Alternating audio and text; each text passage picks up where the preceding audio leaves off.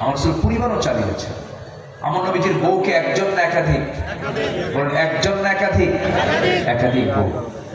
কখনো কোন স্ত্রীর হক আদায় করতে তিনি ভুলেন নাই। শুধু তিনি রাষ্ট্রনেতা ছিলেন না, তার সন্তান ছিল, কোন সন্তানের হক আদায় করতে তিনি বলেন নাই। স্ত্রীদেরকে তিনি এত পছন্দ করেছেন যে শেষ মৃত্যু হয়েছে স্ত্রীর কোলে মাথা রেখে, এবং সর্বশেষ কথা হয়েছে আমার নবীর স্ত্রীর সঙ্গে কথা বলে। যেরকম সুবহানাল্লাহ। আমার নবীর সামনে চারজন স্ত্রী এক সময় এসে বলছেন, হুজুর আপনি সত্যি করে বলুন তো, আপনি আমাদের চারজনের মধ্যে কাকে সবচেয়ে বেশি ভালোবাসেন? বলুন তো। এই প্রশ্নটা সহজ না জটিল? বলেন সহজ না জটিল?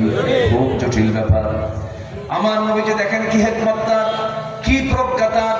আমার রাসূল বললেন, তোমরা যে প্রশ্ন করেছো এই প্রশ্নের জবাব দিতে আমার সময় লাগবে, কালকে সকালে বলবো, যাও তোমরা চলে যাও। চারজনকে পাঠায় দিলেন। রাত হয়ে গেল, অন্ধকার হয়ে গেল। 8টা খেজুর হাতের মধ্যে নিলেন, 2টা করে ভাগ করলেন। আম্মা জান আয়েশার ঘরে গিয়ে বলছেন, আয়েশা রে, আমি তোমাকে দারুণ ভালোবাসি, 2টি খেজুর তোমাকে দিলাম, তুমি 2টা খেজুর তোমাকে আড়ালে দিয়ে গেলাম, এই কথা যেন অন্য কোন স্ত্রী কানে না যায়। দ্বিতীয় স্ত্রী ঘরে গিয়ে 2টা খেজুর এরকম করে দিলেন, আর একই কথা বললেন। তৃতীয় স্ত্রীকে একই কথা বললেন। চতুর্থ স্ত্রীর ঘরে গিয়েও 2টা খেজুর দিয়ে বললেন, এই কথা যেন কারো কানে না যায়। সমানভাবে 2টা করে সবার কাছে 8টা খেজুর পৌঁছায় দিলেন, 2টা করে। পরের দিন ভোরবেলা সকালবেলা চারজনই বুক ভরা আশা নিয়ে রাসূলের সামনে এসে বলছেন, হুজুর আপনি জানাতে চেয়েছেন আপনি চারজনের মধ্যে কাকে সবচাইতে বেশি ভালোবাসেন? রাসূল বলছেন, আমি তাকেই সবচাইতে বেশি ভালোবাসি যাকে গত রাত্রিতে লুকায় লুকায় 2টা খেজুর দিয়ে আসছি। সুবহানাল্লাহ বলবেন না? জোরে বলে সুবহানাল্লাহ। এটার নাম হিকমত। এটার নাম কি? আমার নবীজি কি চরিত্র আল্লাহ রাব্বুল আলামিন তাকে উপহার দিয়েছিলেন, এমন কোন সাইড নাই যা তার মধ্যে অপূর্ণ ছিল। নাতিদের সঙ্গে যখন কথা বলতেন খুব ফ্রি হয়ে কথা বলতেন। নাতিরা এত ইজি হয়ে যেত, নবীর সঙ্গে খেলাধুলাই পাগল হয়ে যেত। আম্মা জান আয়েশা সিদ্দিকা মাঝে মাঝে বলতেন, আমি তার স্ত্রী ছিলাম, আমার চাইতে রাসূল হাসান হোসেনকে বেশি সময় দিয়েছেন। জোরে বলি সুবহানাল্লাহ। অথচ তিনি বিশ্বনবী, নাতিদের হক আদায় করতেও তিনি ভুলেন নাই। আমার নবীজি মসজিদে নববীর মধ্যে বসা আছেন। এই তো কয়েকদিন আগে ঘুরে আসলাম, চোখের সামনে খুব নতুন নতুন মনে হচ্ছে, কয়েকদিন আগেই তো দেখে আসলাম।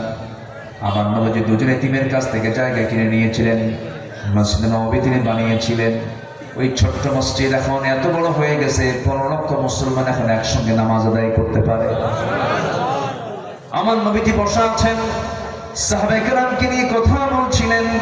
এমন সময় হুসাইন রাদিয়াল্লাহু তাআলা আনহু নবীর সঙ্গে দেখা করার জন্য দরজার কাছে এসে নক করছেন। দরজা খুলে গেছে। এক সাহাবী বলছে, কোথায় যাবে তুমি?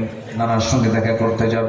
দরজা খোলা যাবে না। কেন দরজা খোলা যাবে না? রাসূল এখন গুরুত্বপূর্ণ বয়ানে ব্যস্ত আছেন। চোখটা বড় করে সাহাবীকে লক্ষ্য করে বলছো, চাচা তোমরা যার বক্তব্য বসে বসে শোনো, সেই ব্যক্তির চাইতে, সেই নবীর চাইতে আমি হুসাইন 1000 গুণে বড়। দেখেন কি প্যাচটা মেরে দিছে। এই কথা বলা মাত্রই সাহাবী মনে মনে চিন্তা করতেছে, যেমন বাপ তেমন তার সন্তান। আরো জনে কি যেন বলে, খামাখা আটকে লাভ নেই, যাও চলে যাও, তোমার দরজা খুলে দিলাম। সোজা নবীর সামনে চলে গেলেন। দরজার সামনে দরজা খুলে গেল। নবীর সামনে গিয়ে একটু গম্ভীর ভাবে তাকায় আছেন, গম্ভীর ভাবে মাথা নিচু করে বসে দাঁড়ায় আছেন।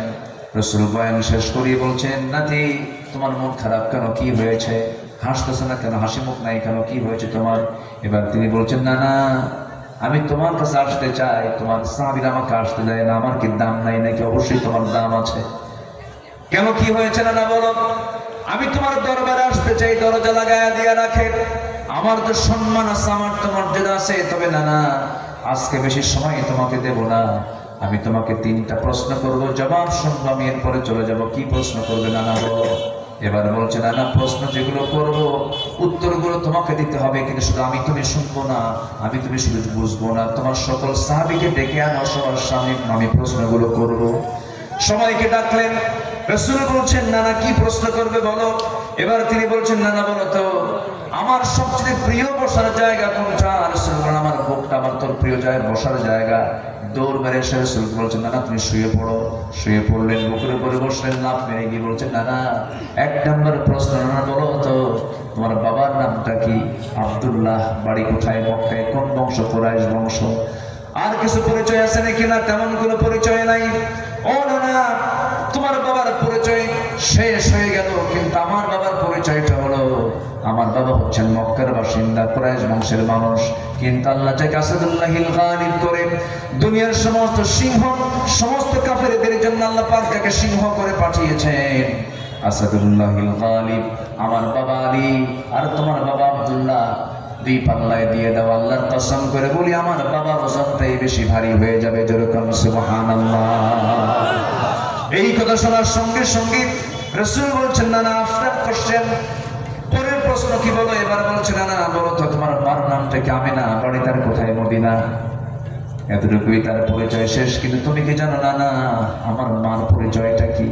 আমার মা তো সাধারণ কোনো মা নন, যে মাকে আপনি এক বেলা না দেখলে পরে আপনার অস্বস্তি শুরু হয়ে যায়, অশান্তি শুরু হয়ে যায়, যার দেহের মধ্যে আপনার রক্ত প্রবাহিত, সাইয়্যিদাতুন নিসাই আহলিল জান্নাহ, জান্নাতের সমস্ত অমরদের সর্দারিনী খাতুনে জান্নাত মা ফাতিমা। আমার মা এক পাল্লায় দাও, তোমার মা আমিনাকে এক পাল্লায় দাও। আল্লাহর কসম আমার মার ওজনটাই বেশি ভারী হয়ে যাবে। আমার নবীজি কথাগুলো শুনতেছেন আর মুস্কি মুস্কি হাসতেছেন, কিন্তু চোখের কোনা বেয়ে টপ টপ করে পানি পড়ছে।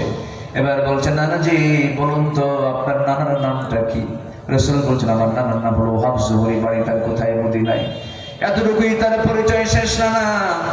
আর তেমন কোনো পরিচয় আপনার কাছে জানা নাই। কিন্তু আপনি কি জানেন আমার নানার পরিচয়টা কি?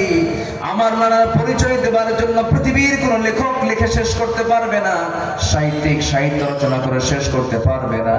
যে নানার ব্যাপারে, যে আমার নানার ব্যাপারে আল্লাহ রাব্বুল আলামিন নিজে তার চরিত্রের ব্যাপারে সীমাহীন কথা বলেছেন। আমার নানা হলেন সর্বকালের সর্বযুগের সর্বশ্রেষ্ঠ মহামানব মুহাম্মদ সাল্লাল্লাহু আলাইহি সাল্লাম। আমার নানাকে এক পাল্লায় দিয়ে দাও, তোমার নানা হাফজুরকে এক পাল্লায় দিয়ে দাও। আল্লাহর কসম করে বলি আমার নানার ওজনটাই বেশি ভারী হয়ে যাবে। আমার নবীজি কলিজার টুকরা থেকে জড়িয়ে ধরলেন, কপালে চুমা দিলেন, গালে চুমা দিলেন, গন্ডদেশ চিবুক সব জায়গায় চুমুতে চুমুতে ভরিয়ে দিয়ে বলছে নানা রে সত্যি করে বলছে আজকে তর্কের দিক থেকে আমি রাসূল তোর কাছে হেরে গেলাম। যেরকম সুবহানাল্লাহ। আমার ভাইরা সেই রাসূল দুনিয়া থেকে যখন বিদায় নেবেন স্ত্রী হক আদায় করেছেন। আমার নবীজির ইন্তেকাল যেদিন হবে, আমার নবীজি তার কিছুদিন আগে, দু একদিন আগে তিনি আম্মা জান আয়েশার ঘরটাকে পছন্দ করলেন, ঘরের মধ্যে ঢুকলেন, জামাতে নামাজ পড়েছেন কয়েকদিন, জ্বর নিয়ে মাথা ব্যথা নিয়ে। এবার রাসূল বলছেন ও আমার আয়েশা প্রচন্ড মাথা ব্যথা হচ্ছে, মাথায় পানি ঢেলে দাও তো। উরুতে রাখলেন মাথায়, এরপরে বালিশে রাখলেন, মাথায় পানি ঢেলে দিলেন। আজান হয়ে গেছে, আমার নবীজির স্বস্তি বোধ হলো। আস্তে করে একাকে দাঁড়ানোর জন্য চেষ্টা করতেন, মাথার চক্কর মেরে পড়ে যেতে লাগলেন। আম্মা জান আয়েশা তাকে জড়ায় ধরলেন। রাসূল বলছেন আয়েশা রে আমার বিষক্রিয়ার যন্ত্রণা শুরু হয়ে গেছে, আমার কোমরের ব্যথা বেড়ে গেছে, আমি আর খাড়া হতে পারছি না। বুঝতে পেরেছি আমার মনে হয় জামাতে নামাজ হবে না, নামাজের ওয়াক্ত চলে আসছে। বেলাল আযান দিল, তুমি তোমার আব্বা আমার বন্ধু আবু বকরকে বলো আমার মুসাল্লায় দাঁড়ায়া যেন আমার আবু বকর নামাজটা আদায় করে নেয়, আমার হকটা আদায় করে নেয়। আযান হয়ে গেছে, ঘোষণা হয়ে গেল রাসূল নামাজ পড়াতে পারবেন না। নবীর মুসাল্লায় প্রথম খলিফা দাঁড়ায় গেছেন, সাইয়েদনা আবু বকর দাঁড়ায় গেছেন, নামাজ শুরু হয়ে গেছে। সাহাবীদের মধ্যে কান্নার রোল পড়ে গেছে, নবীর পিছনে বুঝার জামাত নামাজ হবে না। আমার নবীজি বলছেন আয়েশা রে আমার সাহাবীরা কান্দে কেন? আমাকে নিয়ে যাও জানালার কাছে, জানালার কাছে নিয়ে যাওয়া হলো। নবীজি উঁকি মেরে দেখতেছেন আর নবীজির চোখের কোনা বেয়ে টপ টপ করে পানি পড়ছে। রাসূল কান্দেন, আমার রাসূলকে কান্না বন্ধ করার জন্য আম্মা জান আয়েশা সিদ্দিকা চোখের পানিগুলো বারবার মুছে দিয়ে বলছেন না না ইয়া রাসূলুল্লাহি ইয়া হাবিবাল্লাহি আপনি কেন কাঁদতেছেন? না না কান্না করা যাবে না আপনার, আপনি কেন কাঁদেন?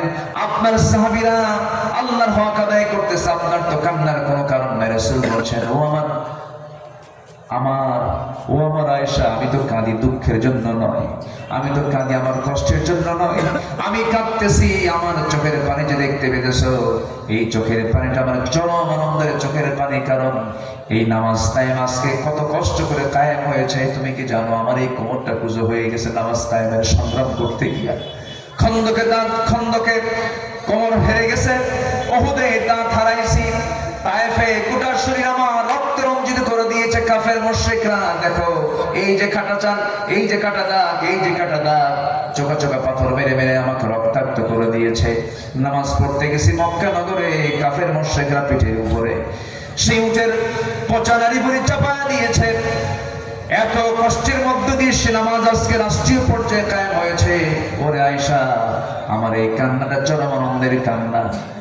আমার নবী আস্তে করে শুয়ে পড়লেন। আবার এবার বলছেন, আয়েশা রে, বুঝি দুনিয়া থেকে বিদায় নিয়ে নেব, মনে হয় বাঁচবো না, একটা মেসওয়াক কিনে দাও। তো মেসওয়াক কিনে দেওয়া হলো। সেই মেসওয়াকটা রাসূলের হাতে না দেওয়ার আগে আম্মা জান আয়েশা মেসওয়াকটাকে চাবায়া নিলেন, নরম করে দিলেন যেন নবীজির কষ্ট না হয়। আমার নবীজি মেসওয়াকটা নিয়ে আগেই মেসওয়াক না শুরু করে শুরু করলেন কি, ওই মেসওয়াকের আগায় আম্মা জান আয়েশার লাগানো থুতুগুলো চুষে পান করছিলেন আর বলছিলেন, আয়েশা, আমি তোমার একটু হক আদায় করার চেষ্টা করলাম। আয়েশার দুনিয়া থেকে কোনদিন বিদায় হবো জানি না, যে কোনো মুহূর্তে বিদায় হয়ে যাবো। আমার কলিজার টুকরা ফাতিমা কোথায় গেল? ফাতিমাকে ডেকে আনো। ফাতিমাকে ডেকে আনা হলো। রাসূল দেখলেন ফাতিমার চোখে পানি। রাসূল কান্দেন আর বলছে, ও ফাতিমা, কান্দো না, এদিকে আসো। কানের মধ্যে মুগ্ধ হয়ে দিয়ে বললেন, আমিও মরে যাচ্ছি, সাকরাতুল মাউতের লক্ষণ চলে আসছে, তুমিও মরে যাবে আমার পরে, বেশি দিন থাকবে না। ফাতিমার মুখে হাসির ঝিলিক দেখা দিল। মানুষ মৃত্যুর সংবাদ শুনলে ভয় পায়, ফাতিমা মৃত্যুর সংবাদ শুনে আনন্দিত হলেন। তার রাসূলের সঙ্গে আমি চলে যাবো, আব্বার সঙ্গে আমি চলে যাব। 6 মাস পরে তার বিদায় হয়ে গেল। ফাতিমাকে সান্ত্বনা দিয়ে পাঠায় দিয়া আমার নবীজি ওই আম্মা জান আয়েশার ঘরে, এখনো যে ঘরে শুয়ে আছেন নবীর কবর হয়েছে, সেই আম্মা জান আয়েশার ঘরে উলুতে মাথা রেখে সর্বশেষ শব্দ চয়ন করেন, আয়েশা, আমি বুঝি দুনিয়া থেকে বিদায় নিয়ে নেব। আম্মা জান আয়েশা একদিন বলছেন, ইয়া রাসূলুল্লাহ, আপনি আমার জন্য একটু দোয়া করুন। আমার নবীজি দোয়া করছেন, আল্লাহ তাআলা আমার আয়েশার আগের পরের সমস্ত গুনাহগুলো তুমি আল্লাহ মাফ করে দাও। আম্মা জান আয়েশার আনন্দ দেখে কে রাসূল বলছেন, আয়েশা তো আনন্দ প্রকাশ করছো কেন? তিনি বলছেন, হুজুর, আপনি আমার জন্য জীবনের শ্রেষ্ঠ দোয়া আপনি আমার জন্য করেছেন, আমার তো সব গুনাহ মাফ।